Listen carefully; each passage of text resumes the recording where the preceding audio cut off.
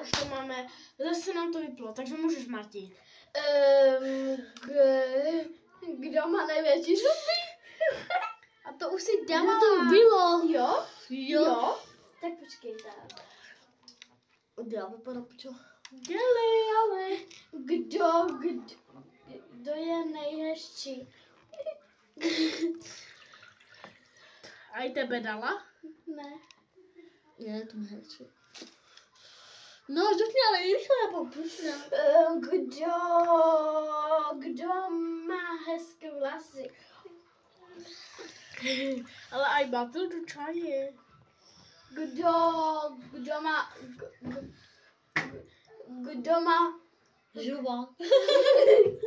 ne,